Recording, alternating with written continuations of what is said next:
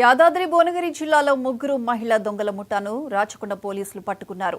వారి వద్ద నుండి 3,45,000 విలువ చేసే బంగారు ఆభరణాలు, నగదు స్వాధీనం చేసుకున్నారు. భువనగిరి ఆర్టీసీ బస్టాండ్ వద్ద ముగ్గురు అనుమానాస్పదంగా తిరుగుతుండగా పట్టుకుని విచారించగా అసలు నిజాలు బయటపడ్డాయి. భువనగిరి ఏరియాలో ముగ్గురు మహిళా దొంగలు దొంగతనం చేద్దామని కారులో రెక్కి నిర్వహిస్తుండగా పోలీసులు పట్టుకున్నారు. ఒక ముగ్గురు లేడీస్ కొంచెం సస్పిషియస్ మేనర్లో ఆ చుట్టుపక్కల ఆ బ్యాగ్ చుట్టుపక్కల అండ్ ఈ లేడీ ఫాలో అవుతున్నట్టు మనకు తెలిసింది. సో తెలిసిన వెంటనే ఆ లేడీని ట్రాక్ చేసుకుంటా మనము మొత్తం కూడా సీసీ కెమెరా ఫుటేజ్ అన్నీ కూడా చెక్ చేయడం జరిగింది. అండ్ దానికి కొంచెం ఇన్ఫర్మేషన్ తోటి వీళ్ళను ఈరోజు నిన్న వాళ్ళని పట్టుకోవడం జరిగింది. అండ్ ఇవాళ మనం ప్రొడ్యూస్ చేస్తున్నాం వాళ్ళని మెజిస్ట్రేట్ దగ్గర.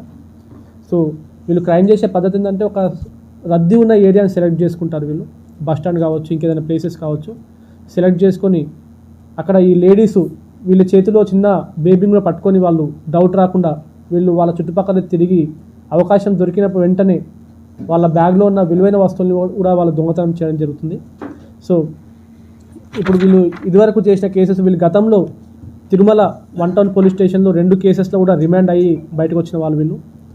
అండ్ అది వచ్చిన తర్వాత వాళ్ళు భువనగిరి టౌన్లో మనకు ఈ అఫెన్స్ చేయడం జరిగింది. ఇందులో మనకి 4.22 తులాస్ ఆఫ్ గోల్డ్ నల్లపూసల తాడు, 4 గ్రామ్స్ ఆఫ్ గోల్డ్ అండ్ ఇంకోటి 5 గ్రామ్స్ ఆఫ్ గోల్డ్ రింగు ఇవి పోవడం జరిగింది.